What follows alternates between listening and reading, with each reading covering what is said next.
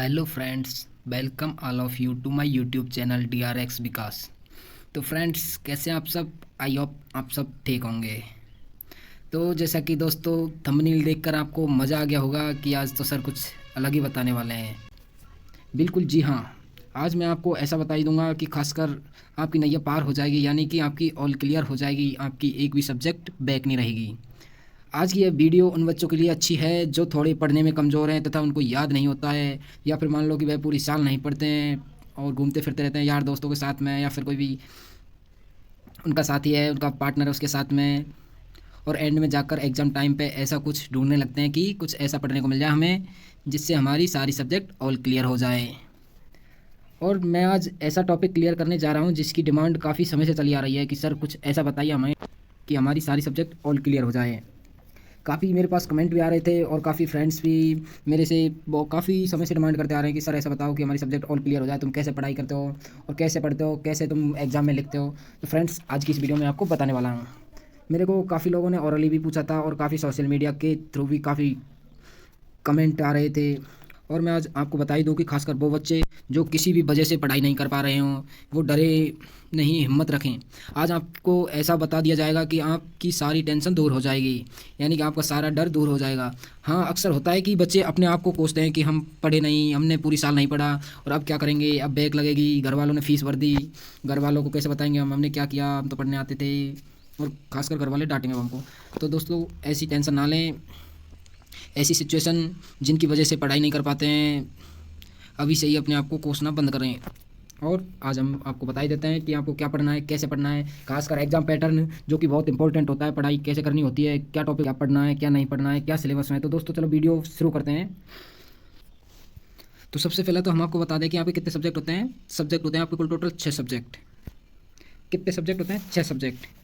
कौन कौन से? पहला सब्जेक्ट है फार्माकोलॉजी, दूसरा है आपका बायोकेमिस्ट्री, फिर तीसरा है आपका फार्माकोथेराप्यूटिक्स, चौथा है कम्युनिटी फार्मेसी एंड मैनेजमेंट, पांचवा सब्जेक्ट है आपका H&CP, इसकी फुल फॉर्म है हॉस्पिटल एंड क्लिनिकल फार्मेसी, और छठवां सब्जेक्ट आ जाता है आपका फार्मेसी लॉ एंड एथिक्स। तो दोस्तों, जैसा कि आप सबको मालूम ही है, इसका जो पैटर्न है वो क्या है, इंटरनल मार्क्स कितने हैं और एक्सटर्नल हमको कितने लेकर आने हैं। तो दोस्तों, आपको पता ही है कि हमारा जो इंटरनल होते हैं, जो सेशनल होते हैं, हमारे 3 सेशनल होते हैं, 3 में से हमें 2 दिन अनिवार्य होते हैं। तो टोटल कितने नंबर के होते हैं? वो टोटल 20-20 नंबर के होते हैं। कितने नंबर के दोस्तों? 20-20 नंबर के होते हैं। सारे 20-20 नंबर के 6 सब्जेक्ट 20-20 नंबर के हो गए। और हमको फिर अब 20 नंबर के जो हो गए, और टोटल मार्क्स कितने चाहिए होते हैं पास होने के लिए? 40 मार्क्स चाहिए तो उन्हें। 40 में से दोस्तों 20 तो आपके यहाँ के होते हैं ये, और 20 आपको वहाँ से लाने पड़ते हैं पास होने के लिए। अब दोस्तों सपोज करो आपके यहाँ 20 में से कितने मार्क्स आ गए? 20 में से आपके मार्क्स आ गए यहाँ पे 6 सब्जेक्ट में, सपोज करो मिनिमम 15, 12, 13, 14 आपके इतने मार्क्स आ गए। अब ये एवरेज 15 मान के चलो, आपके 15-14 की समथिंग एवरेज बन जाएगी। तो हमें वहाँ से कितने नंबर लाने हैं? 25 नंबर। कितने में से लाने हैं दोस्तों? 80 में से हमें कितने नंबर लाने हैं? 25 नंबर। 25 नंबर लाने, तो हमें 25 नंबर लाने के लिए क्या पढ़ना है, कैसे पढ़ना है, और कैसे हमें पेपर में लिखना है। पेपर में लिखना सबसे मेन इंपॉर्टेंट माना जाता है कि हमें लिखने का तरीका क्या है, हमें कैसे लिखना है, और हमें लिखना कैसे आना चाहिए। तो दोस्तों बताते हैं हम आज आपको कि आपको क्या पढ़ना है। जैसा कि आपको सेशनल में तो बता ही देते हैं, खासकर सारे टीचर्स हैं जो आपके कॉलेज के टीचर्स होते हैं वो आपको बता ही देते हैं क्या पढ़ना है। 1-2 दिन पहले आपको सारे क्वेश्चन ही बता देते हैं, क्वेश्चन नहीं तो सिलेबस तो बता ही देते हैं कौन कौन सा चैप्टर आएगा, तो आप उसके अकॉर्डिंग पढ़ ही लेते हैं, टॉपिक भी बता देते हैं। लेकिन दोस्तों मेन बात है किसकी? मेन एग्जाम की। मेन एग्जाम में कैसे लिखना है हमें और क्या पढ़ना है। तो दोस्तों चलते हैं, आज की वीडियो स्टार्ट करते हैं और आपके सारे डाउट एंड सारी टेंशन दूर करते हैं। क्या पढ़ना है हमें, सिलेबस की ओर बढ़ते हैं हमें। तो दोस्तों सबसे पहले तो मैं आपको बता दूँ कि हमारा 80 नंबर का हमारा टोटल पेपर होता है। कितने का? टोटल 80 के। एक नंबर के क्वेश्चन आएंगे, वो MCQ टाइप के नहीं आएंगे। MCQ टाइप के क्वेश्चन नहीं आएंगे आपके। एक नंबर क्वेश्चन कितने आएंगे? 20 क्वेश्चन आएंगे दोस्तों। 20 क्वेश्चन में से आपके पहले क्वेश्चन होंगे जो होंगे आपके डेफिनेशन MCQ तो आएगा नहीं, डेफिनेशन आएंगी, और आपके वन वर्ड आएंगे। क्या आएंगे? वन वर्ड के बाद में आपका आएगा फिल इन द ब्लैंक्स। क्या आएगा दोस्तों? Fill in the blanks. 20 तो ये हो गए 20 नंबर। तो फिर आएंगे आपके 3 नंबर के दोस्तों 11 क्वेश्चन आएंगे। 11 में से आपको कितने क्वेश्चन करने हैं? 10 क्वेश्चन। 10 ये कितने नंबर के हो गए दोस्तों? 30 नंबर के। 30 नंबर के हो गए। अब फिर आ जाओ दोस्तों 5 नंबर के पे। 5 नंबर के आपके 7 क्वेश्चन आएंगे। 7 में से आपको 6 करने होते हैं। 6 पिंजों के 30 नंबर ये हो गए दोस्तों। 30 नंबर तो ये हो गए, 30 ये हो गए, कितने हो गए? 60, और 20 ये हो गए आपके, यानी टोटल कितने नंबर हो गए? 80 नंबर। 80 नंबर का आपका पैटर्न होगा, पूरा पेपर 80 नंबर होगा। तो दोस्तों एक एक नंबर के सबसे इंपॉर्टेंट होते हैं, और हमारा जो मेन माना जाता है वो एक एक नंबर का माना जाता है, क्योंकि 20 नंबर हमको पास होने के लिए बहुत काफ़ी होते हैं। तो चलो दोस्तों सिलेबस की ओर बढ़ते हैं। तो फ्रेंड्स पहला सब्जेक्ट हमारा आ ही गया है, फार्माकोलॉजी। फार्माकोलॉजी में हम सबसे पहले देखते हैं हमें क्या पढ़ना है, जिससे कि हमारी ऑल क्लियर हो जाए, हम पास हो जाएं। तो फ्रेंड्स सबसे पहले मैं आपको बताना चाहूँगा कि आपको एक एक नंबर में क्या पढ़ना है, एक एक नंबर की जो डेफिनेशन आएंगी उनमें क्या पढ़ना है आपको, ठीक है। तो एक एक नंबर में क्या पढ़ना है, एक एक नंबर की जो डेफिनेशन आएंगे, डेफिनेशन इंपॉर्टेंट होती है दोस्तों। और आपको कुछ नहीं करना है, बस जो सिलेबस दे रखा है ना, आप सबसे पहले सिलेबस उठा लो। सिलेबस उठाने के बाद में आपको क्या करना है, सिलेबस उठा लो। सिलेबस उठाने के बाद में आपको तो जो सिलेबस में दे रखा है ना टॉपिक, वो टॉपिक पढ़ना है। आउट ऑफ सिलेबस बिल्कुल पढ़ना ही नहीं है। हालांकि होते काफ़ी टीचर भी आउट ऑफ सिलेबस पढ़ा देते हैं, बट आपको उनकी बातों में बिल्कुल ध्यान नहीं देना है। आपको तो सिलेबस देखना है, सिलेबस में क्या दे रखा है, हमें क्या पढ़ना है। तो जैसे कि दोस्तों मैं आपको बता दूं, देखो एक एक नंबर के क्वेश्चन आपको बताऊं क्या बनने वाले हैं। जैसे कि दोस्तों drug absorption, drug absorption important है, क्या है पहला क्वेश्चन का बन रहा है दोस्तों, ड्रग एब्जॉर्प्शन। ये एक एक नंबर का इंपॉर्टेंट क्वेश्चन है, बिल्कुल important. Drug absorption question direct आएगा, डेफिनेशन सामने दे रखा, देखो डेफिनेशन ड्रग एब्जॉर्प्शन क्या, definition type factor factor drug absorption. ऐसे ही दोस्तों दूसरे में देख लीजिए बायोएबिलिटी, ये बिल्कुल एक नंबर का इंपॉर्टेंट क्वेश्चन है। बायोएबिलिटी, बायोएबिलिटी, ये बायोएबिलिटी एक नंबर का क्वेश्चन है दोस्तों। ऐसे देख लीजिए ड्रग डिस्ट्रीब्यूशन में, ड्रग डिस्ट्रीब्यूशन है, ये देख लीजिए ड्रग डिस्ट्रीब्यूशन, ड्रग डिस्ट्रीब्यूशन ये एक नंबर में इंपॉर्टेंट क्वेश्चन बन रहा है। आपको बस सिलेबस उठा के देखना है, सिलेबस के आउट आपको बिल्कुल नहीं पढ़ना है। डेफिनेशन डायरेक्ट सिलेबस में उठानी है। जैसे दे रखिए bio transformation, bio transformation syllabus में डेफिनेशन दे रखिए, बस पढ़ लो ये definition. Excretion of drugs, excretion of drugs. अब दोस्तों ये तो हो गए आपके एक एक नंबर के क्वेश्चन, मैं सारे एक साथ में क्लियर करवा देता हूँ एक एक नंबर के। अब देखिए दोस्तों 3 नंबर के क्वेश्चन कैसे बनेंगे, डायरेक्ट पूछेगा आपसे, बिल्कुल कुछ नहीं पूछेगा। स्कोप ऑफ फार्माकोग्नोसी, बिल्कुल ये डायरेक्ट क्वेश्चन पढ़िए आप। Various route of drug administration, ये बिल्कुल इंपॉर्टेंट क्वेश्चन है दोस्तों। ये 3 नंबर में या फिर 5 नंबर में 101% आएगा। Various route of drug absorption, बिल्कुल इंपॉर्टेंट क्वेश्चन है दोस्तों। Various route of drug absorption, ये बिल्कुल इंपॉर्टेंट क्वेश्चन है दोस्तों। और इसके एडवांटेज डिसएडवांटेज ये भी इंपॉर्टेंट है। अब ऐसे कैसे ही आप देख लीजिए, सीधा क्वेश्चन बन रहे हैं फैक्ट बायोएबिलिटी, फैक्टर अफेक्टिंग बायोएबिलिटी, बिल्कुल सीधे क्वेश्चन बन रहे हैं। Bio transformation types, bio transformation reaction, बिल्कुल सीधे क्वेश्चन बन रहे हैं दोस्तों। अब चलते हैं अपन सेकंड चैप्टर के पास, drug acting on peripheral nervous system. सीधा पूछ रहा है दोस्तों definition, classification, pharmacological action, dose indication and contraindication. अब इसमें कुछ नहीं करना है दोस्तों। कोलिनर्जिक, गूगल बाबा है आपके साथ में दोस्तों, कुछ नहीं पढ़ना है। Cholinergic drug, anti cholinergic drug, adrenergic, anti adrenergic, neuromuscular blocking agent. वैसे दोस्तों ये चैप्टर इंपॉर्टेंट है नहीं है, बट फिर भी क्वेश्चन आते हैं, सारे चैप्टर में से आते हैं, इसमें कुछ नहीं पढ़ना है। क्लासिफिकेशन सबसे इंपॉर्टेंट है दोस्तों, 5 नंबर क्वेश्चन में क्लासिफिकेशन 100% है। आपसे डायरेक्ट पूछेगा, क्वेश्चन आएगा दोस्तों, क्लासिफाई कोलिनर्जिक ड्रग्स से and write it's pharmacological action, dose indication and contraindication. बिल्कुल दोस्तों सीधा क्वेश्चन उठाएगा, आपसे कुछ नहीं पूछेगा। इसमें नासिड्स वेरी इंपॉर्टेंट है दोस्तों, 3 नंबर में नासिड्स बिल्कुल आ सकता है आपका। कौन सा टॉपिक दोस्तों, नासिड्स वेरी वेरी इंपॉर्टेंट है, नासिड्स वाला टॉपिक जो कि 101% आ सकता है, नासिड्स वाला टॉपिक, ठीक है दोस्तों। अब आगे चलते हैं तीसरे चैप्टर में, ड्रग एक्टिंग ऑन आई। कौन सा दोस्तों, ड्रग एक्टिंग ऑन आई, ये तीसरा चैप्टर है। तीसरा चैप्टर, अब इसमें दोस्तों सबसे इंपॉर्टेंट बनता है म्यूटिक्स एंड माइड्राइटिक्स। ये दोनों डेफिनेशन इंपॉर्टेंट है दोस्तों, दोनों एक एक नंबर में आ सकती है। कितने में, एक एक नंबर में दोनों डेफिनेशन आ सकती हैं। चलते हैं चौथे चैप्टर पे। ऐसे ही चौथे चैप्टर में देख लीजिए दोस्तों, definition, classification, pharmacological action, dose indication and contraindication of, ये दे रखे हैं आपको। इनमें से दोस्तों anticonvulsant, anti anxiety drugs, antidepressant drugs. इसमें से दोस्तों opioid analgesics very very important है। कौन सा दोस्तों, ओपोइड एनाल्जेसिक्स, ओपोइड एनाल्जेसिक्स और जनरल एनेस्थीसिया में से आ सकता है एक नंबर का क्वेश्चन दोस्तों। डायरेक्ट पूछो, डेफिनेशन की सबकी याद करनी है, टॉपिक हर कोई टॉपिक आपको छोड़ना नहीं है, डेफिनेशन तो सारों की याद करनी है। बाकी इतना इंपॉर्टेंट चैप्टर है नहीं है। अगले चैप्टर चलते हैं, CBSE, बिल्कुल दोस्तों वेरी वेरी इंपॉर्टेंट चैप्टर। कौन सा दोस्तों, वेरी वेरी इंपॉर्टेंट है ये चैप्टर। इसमें से ना देखिए एंटी हाइपरटेंसिव 101% 5 नंबर में आ सकता है दोस्तों। कितने में, 5 नंबर में क्वेश्चन आ सकता है। एंटी हाइपरटेंसिव डेफिनेट डायरेक्ट आएगा, classify hypertensive drugs and write it's pharmacological action, dose indication and contraindication. ऐसे ही दोस्तों यार ये भी वेरी वेरी इंपॉर्टेंट है दोस्तों, सीधा क्वेश्चन उठाएगा, बिल्कुल आपको टॉपिक से बाहर जाना ही नहीं है। छठे चैप्टर में चलते हैं, drug acting on blood and blood forming agent. इसमें से आ सकता है एक एक 2 नंबर के, बट इतना इंपॉर्टेंट है नहीं है। अब आते हैं 7वें चैप्टर में, एंटी ट्यूसिव, ये भी ब्रोंकोडायलेटर इसमें इंपॉर्टेंट है। कौन सा दोस्तों, इसमें ब्रोंकोडायलेटर इंपॉर्टेंट है,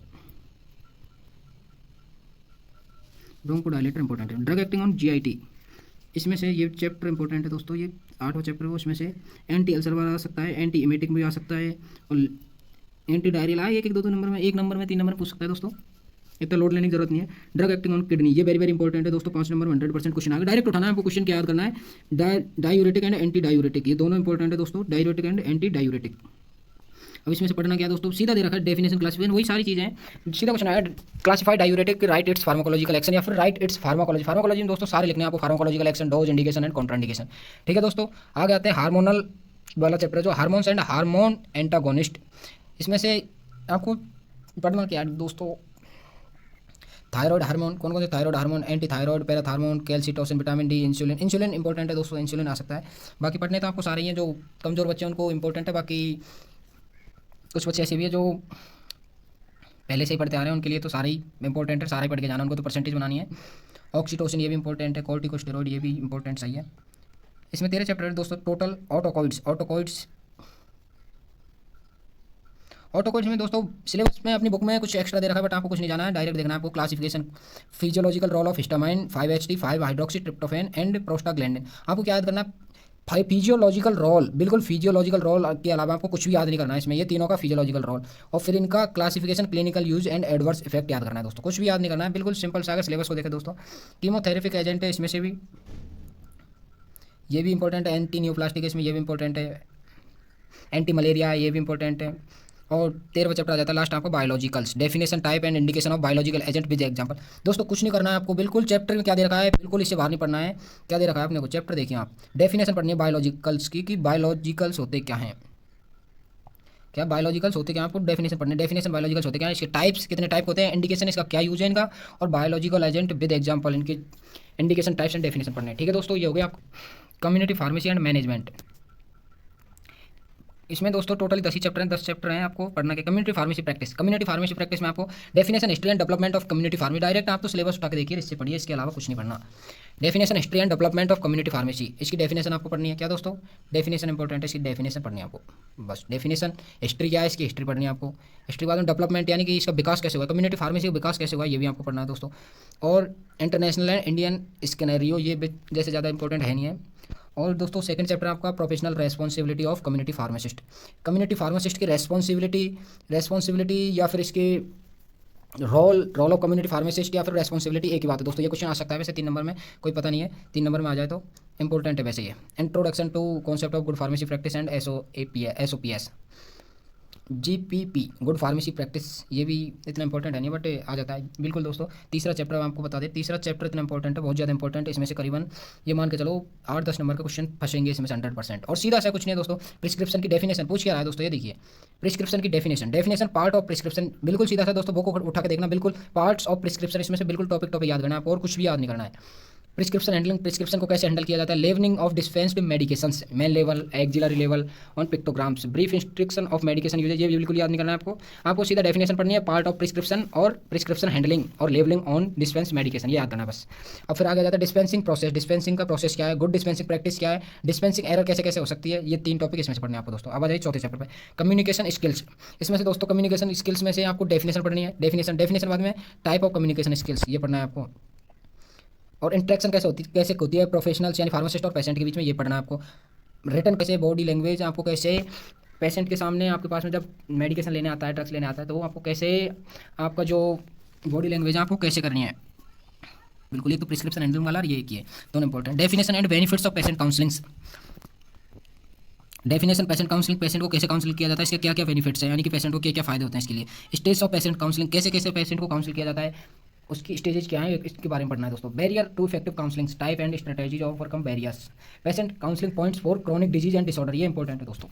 patient counselling point for chronic disease and disorders, जैसे कि हाइपरटेंशन हो गया, डायबिटीज़ हो गई, अस्थमा हो गया, टीबी हो गया, क्रॉनिक ऑब्स्ट्रक्टिव COPD हो गया, एड्स हो गया, ये दोस्तों ये क्रॉनिक डिजीज है सारी। आगे दोस्तों इसमें जो इंपॉर्टेंट है वो है पेशेंट इन्फॉर्मेशन लीफलेट, इसकी क्या डेफिनेशन,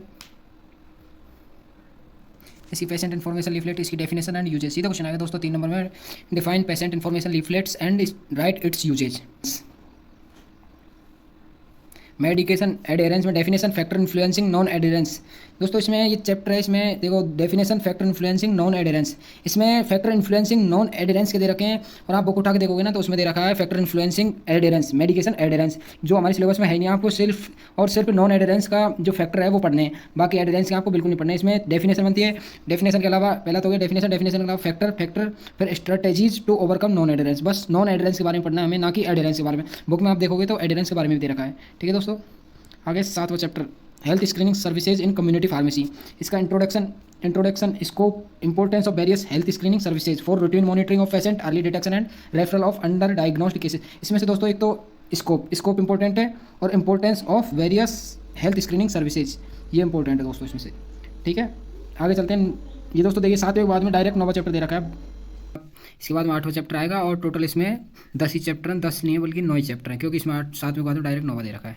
अब देखिए दोस्तों over the counter OTC medication, ये भी इंपॉर्टेंट है एक तरह से। OTC मेडिकेशन इसमें से डायरेक्ट आया क्वेश्चन, 1 नंबर में पूछेगा डिफाइन ओटीसी, ओटीसी मेडिकेशन क्या होती है। देखिए डेफिनेशन और role of pharmacist in OTC medication dispensing, यानी फार्मासिस्ट का क्या रोल होता है, जो ड्रग डिस्पेंस करते हैं ना ओटीसी विदाउट प्रिस्क्रिप्शन मेडिसिन बोलते हैं उनको, उनमें फार्मासिस्ट का क्या रोल होता है, एक ही है इंपॉर्टेंट है। ठीक है दोस्तों, OTC medication in India, counselling for OTC product, counselling important इसमें, कौन सी counselling, self medication and role of pharmacist in promoting the self practice during self medication, ये इतना इंपॉर्टेंट नहीं है, ये भी नहीं है इतना इंपॉर्टेंट, इसमें से ये इंपॉर्टेंट है, बाकी आपको सारा ही पढ़ना है। वैसे अगले चैप्टर में देखते हैं 10वें चैप्टर में, ये 10वें चैप्टर में देखते हैं कम्युनिटी फार्मेसी मैनेजमेंट, ये इंपॉर्टेंट है दोस्तों, एक तरह से इंपॉर्टेंट बिल्कुल। अब इसमें पढ़ना क्या, देखिए legal requirement to set up a community pharmacy, नहीं ये इतना इंपॉर्टेंट नहीं, ये इंपॉर्टेंट है दोस्तों, साइट सिलेक्शन रिक्वायरमेंट इंपॉर्टेंट है दोस्तों। बाकी वेंडर सिलेक्शन, वेंडर वाला ये टॉपिक भी इंपॉर्टेंट है, वेंडर सिलेक्शन एंड ऑर्डरिंग। एक इन्वेंट्री कंट्रोल मेथड है, ये मेथड इंपॉर्टेंट है दोस्तों, इन्वेंट्री कंट्रोल के मेथड है, ये इंपॉर्टेंट है,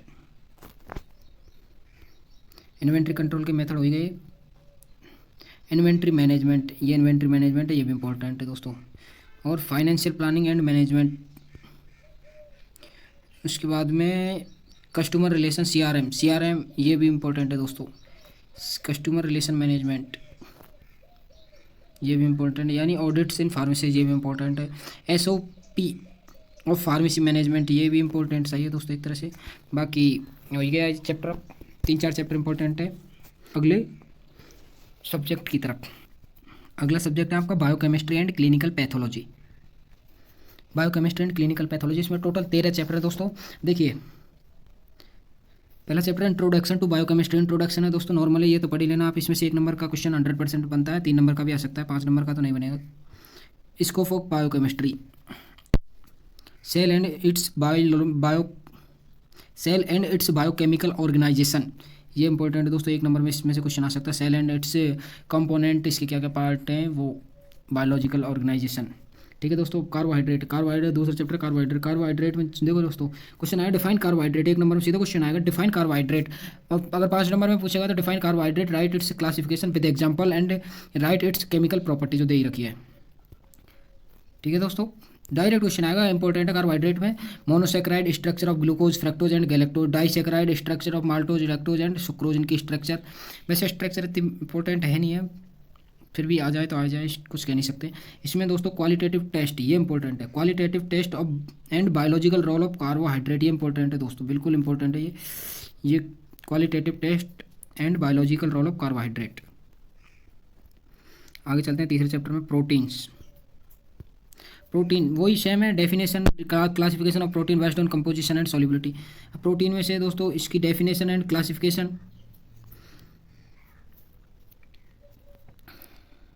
इसमें से दोस्तों एमिनो एसिड भी इंपॉर्टेंट बनता है क्वेश्चन, एमिनो एसिड का जो क्वेश्चन है ये भी इंपॉर्टेंट बनता है बिल्कुल।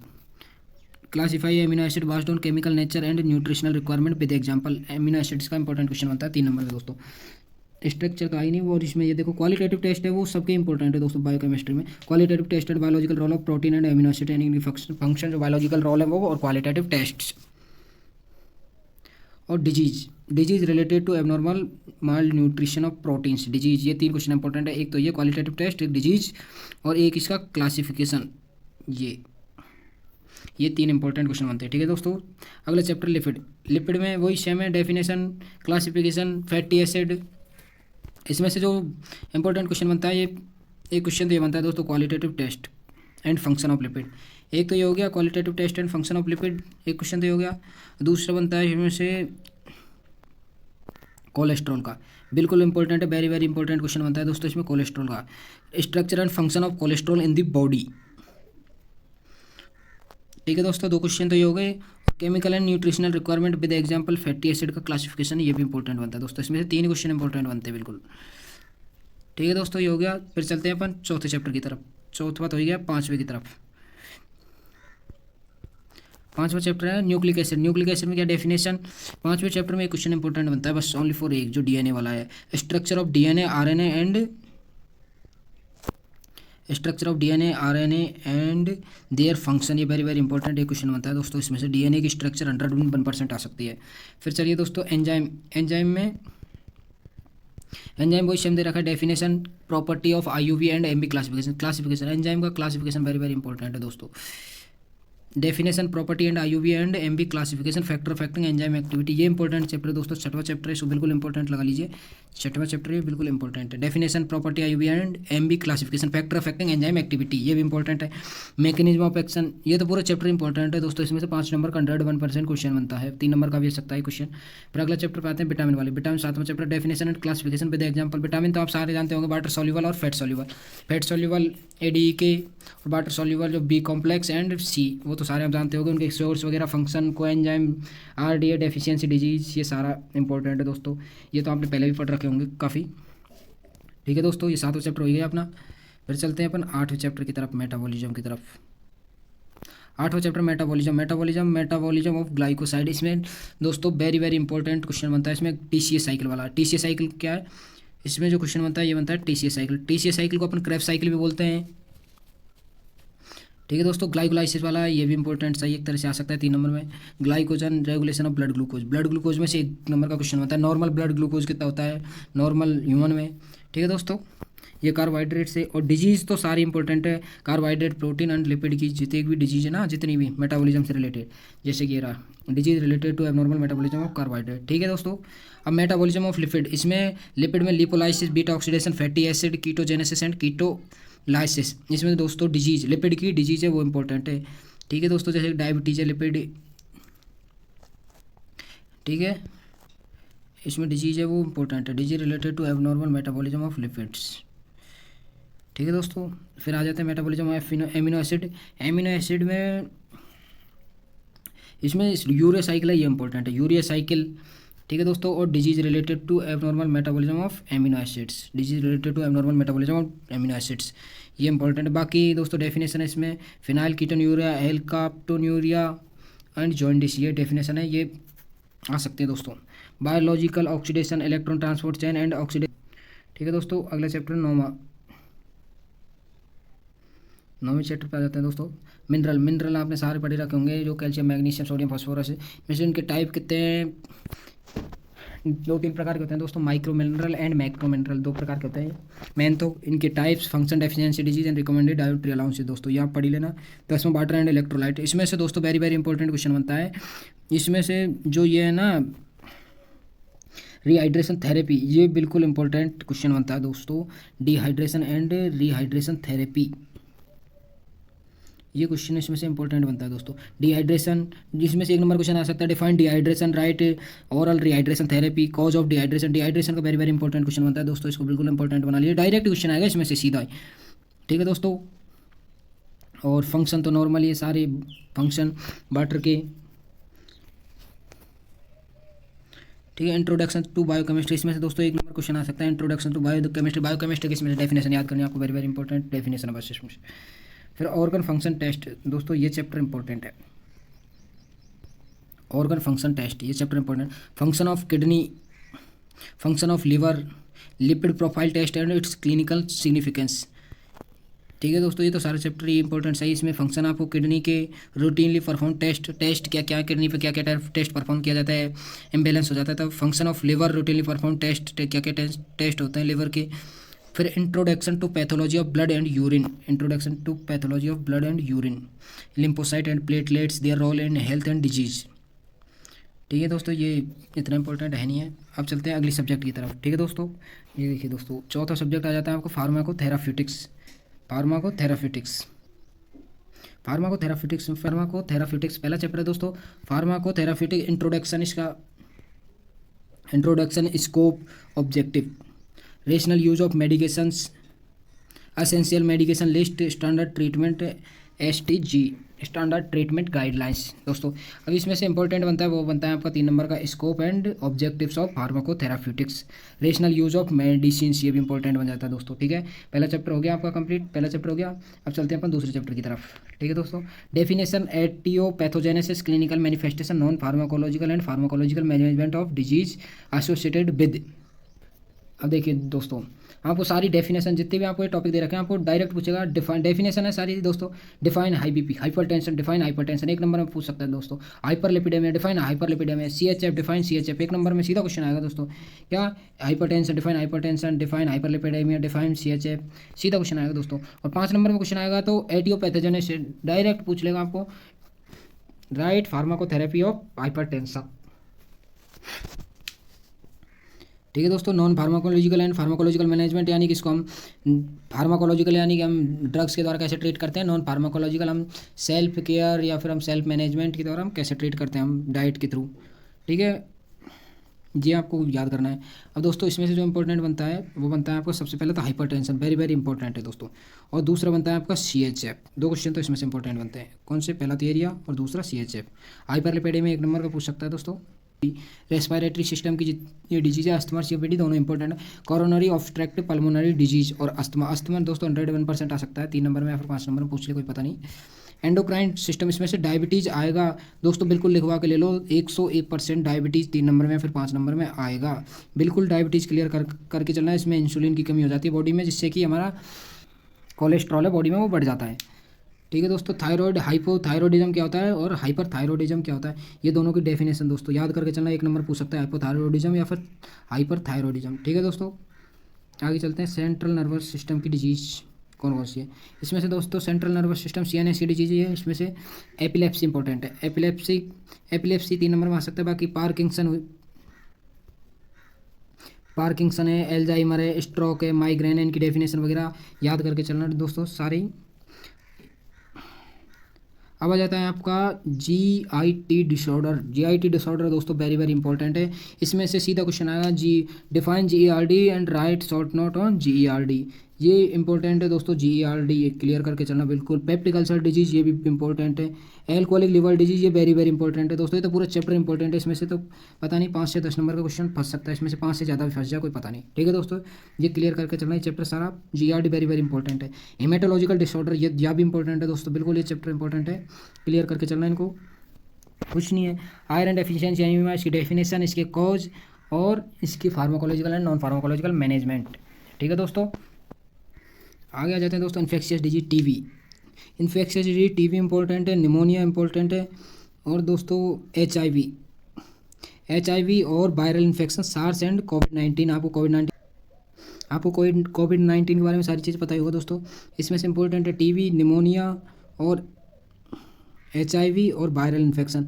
मलेरिया भी आ सकता है दोस्तों इनमें इनकी पैथोजेनेसिस वेरी वेरी इंपॉर्टेंट है दोस्तों। पैथोजेनेसिस बुक में नहीं होता। पैथोजेनेसिस सारी डिजीज का एक एक करके आप गूगल पे सर्च कर सकते हो दोस्तों। पैथोजेनेसिस भी इंपॉर्टेंट है। पैथोजेनेसिस 5 नंबर में क्वेश्चन आएगा दोस्तों। पैथोजेनेसिस आपको जरूर लिखना है, कोई भी डिजीज के बारे में पूछ रहे हैं।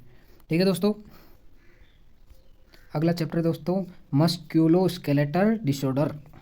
इसमें से अर्थराइटिस तो आपने पढ़ ही रखा होगा दोस्तों। अर्थराइटिस भी इंपॉर्टेंट है।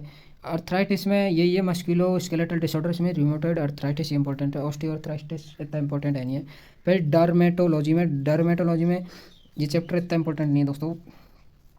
साइकेट्रिक डिसऑर्डर, इसमें डिप्रेशन, एंजाइटी और साइकोसिस ये इंपॉर्टेंट है दोस्तों चैप्टर। इसमें से आपसे 1 नंबर क्वेश्चन ही पूछ सकता है। डिफाइन डिप्रेशन, एंजाइटी, साइकोसिस कोई सा भी। ऑफ्थेल्मोलॉजी में कंजक्टिवाइटिस ये बैक्टीरियल इन्फेक्शन है या फिर वायरल है, दोनों के बारे में पूछ सकता है। ग्लूकोमा, बाकी इतने इंपॉर्टेंट नहीं है चैप्टर। अब चलते हैं अपन अगले चैप्टर की तरफ। Anti microbial resistant women health, ये दोनों इंपॉर्टेंट नहीं है दोस्तों।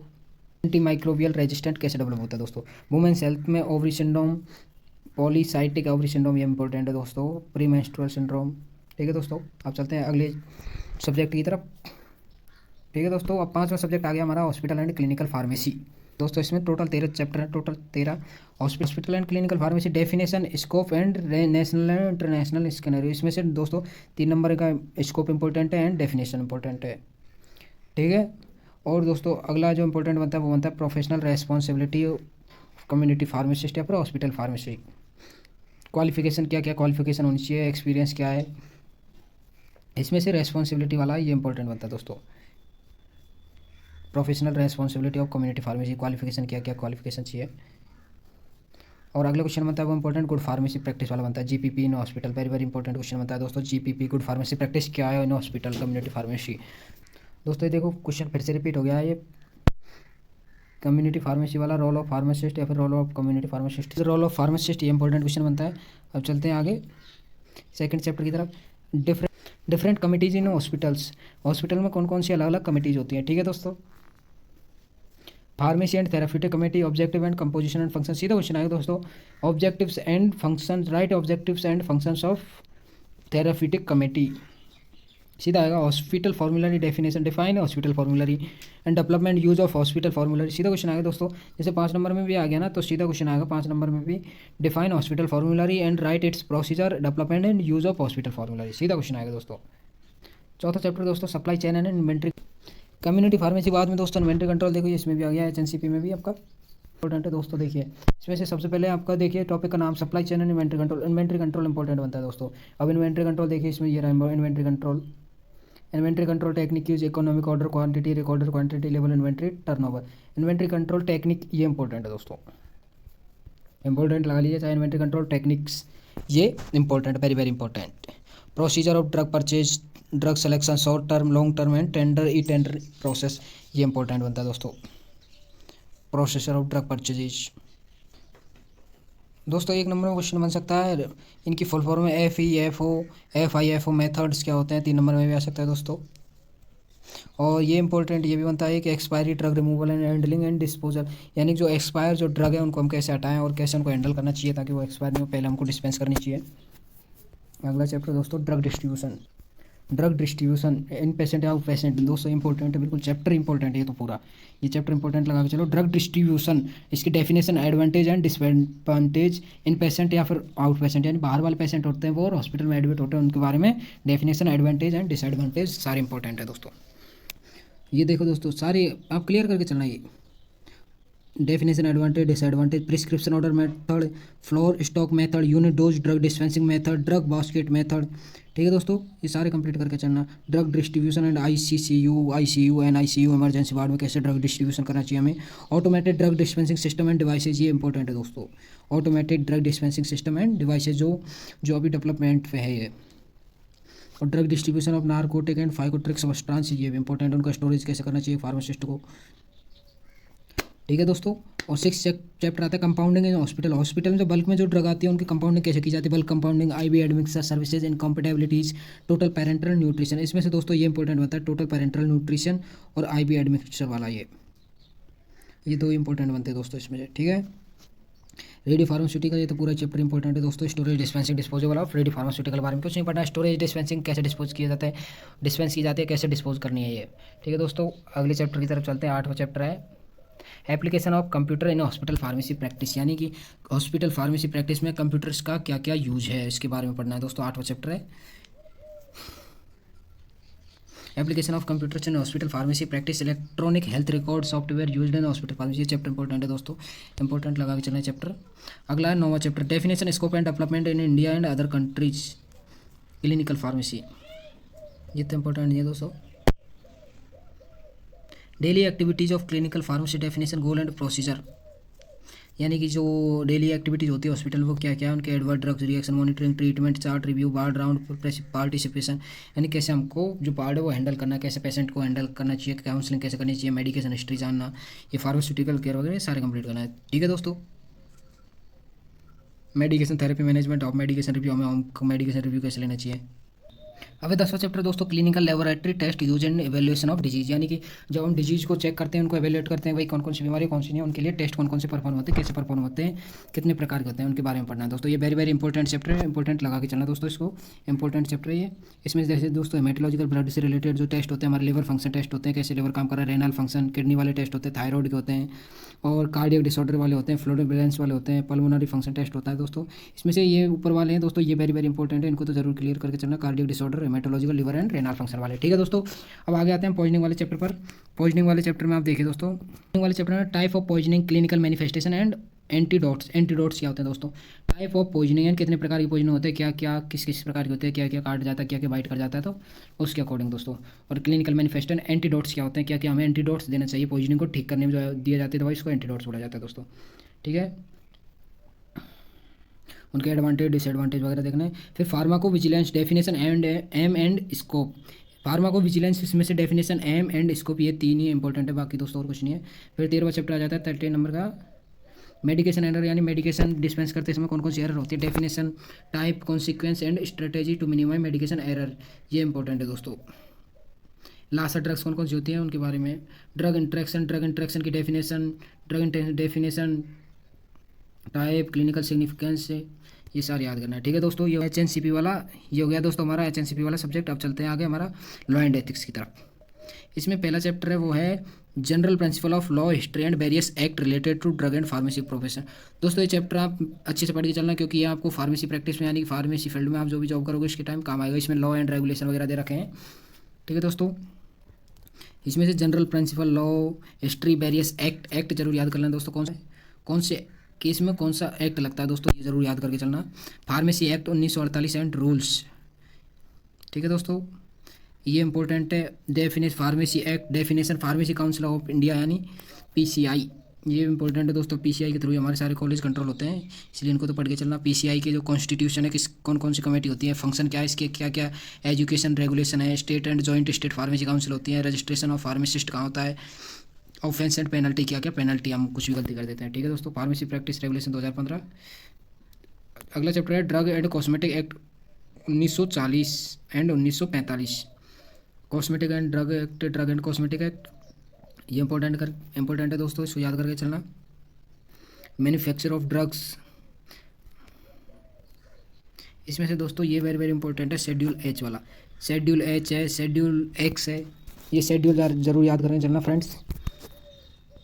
शेड्यूल वाला ये इंपॉर्टेंट है, ठीक है दोस्तों। सेल ऑफ ड्रग्स, होलसेल, यानी होलसेल काम कैसे किया जाता है, रिटेल सेल कैसे किया जाता है, रेस्ट्रिक्टेड लाइसेंस कैसे लिया जाता है, रिकॉर्ड जो हमें फार्मेसी के अंदर रिकॉर्ड की कैप्ट रखनी चाहिए, हमें कैसे कैसे रिकॉर्ड हमको मेंटेन करना चाहिए, ठीक है दोस्तों। आगे चलते हैं narcotic drugs and psychotropic substances act 1985, ये इंपॉर्टेंट है दोस्तों, इंपॉर्टेंट लगा के चलना इसको। नारकोटिक ड्रग वाला objective definition and authorities and officers,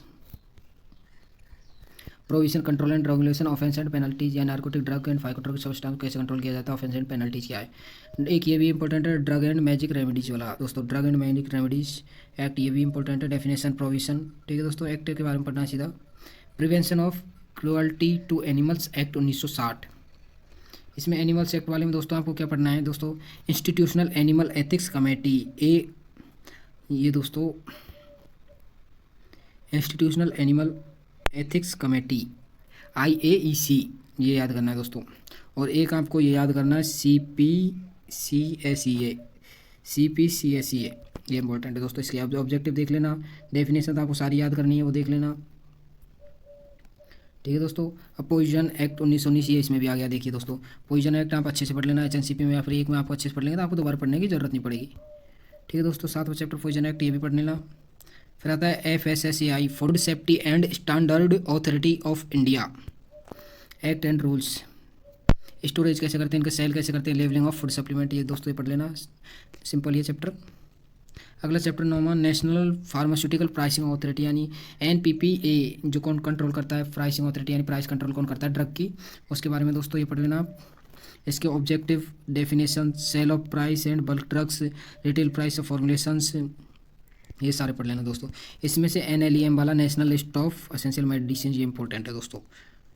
अब अगला चैप्टर 10वां code of pharmaceutical ethics, definition, ethical principles, ethical problem solving, इसमें से दोस्तों डेफिनेशन है, एथिकल प्रिंसिपल्स, ये वाला ज़्यादा इंपॉर्टेंट है।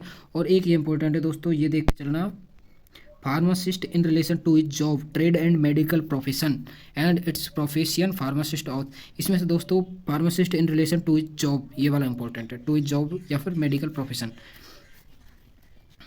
ठीक है दोस्तों, ये हो गया अपना।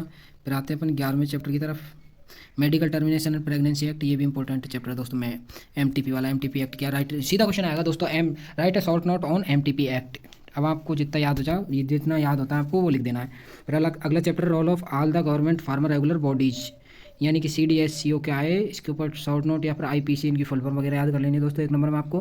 फिर 13वां चैप्टर है गुड रेगुलेटरी प्रैक्टिस, इसमें से दोस्तों E-गवर्नेंस, ये वाला इंपॉर्टेंट है, E-गवर्नेंस, ठीक है दोस्तों।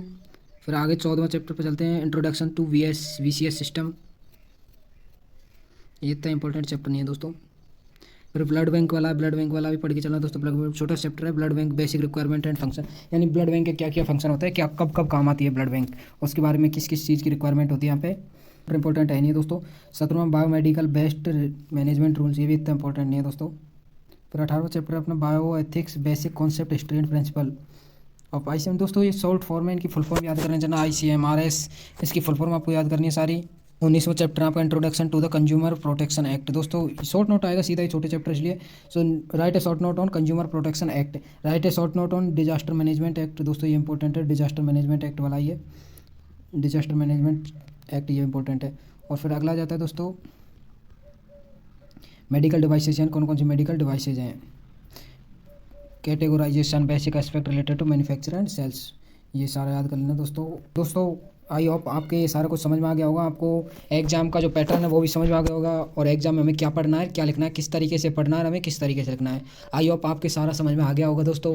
और आपसे एक छोटी सी रिक्वेस्ट कर रहा हूँ मैं सबसे लास्ट में जाकर, कि आपने अगर चैनल सब्सक्राइब नहीं किया हो तो चैनल को सब्सक्राइब कर लें और बेल आइकन को प्रेस करें, ताकि आगे आने वाली हर वीडियो सबसे पहले आपको मिल सके। और इसमें दोस्तों आपको फार्मेसी के फर्स्ट ईयर सेकंड ईयर के नोट्स प्रोवाइड कराए जाएंगे इस चैनल पर। और नोट्स के अलावा दोस्तों फार्मेसी के रिगार्डिंग जो भी न्यूज़ है, जो भी न्यूज़ आती है, उसके सारी न्यूज़ यहाँ पे प्रोवाइड कराई जाएंगे। और दोस्तों जो एग्जिट एग्जाम प्रिपरेशन है वो भी कराई जाएगी, online notes and written notes वो भी प्रोवाइड कराए जाएंगे दोस्तों। चैनल को सब्सक्राइब करना ना भूलें। और हाँ, आपको लगे अगर कोई डाउट है तो आप any doubt any time comment कर सकते हो, और मेरे इंस्टाग्राम पर जाकर भी आप पर्सनली मैसेज कर सकते हो। और हमारा Telegram channel Vicky pharmacy join कर लीजिए, वहाँ पे आने वाली हर वीडियो सबसे पहले आपको मिल सके। Thank you all of you.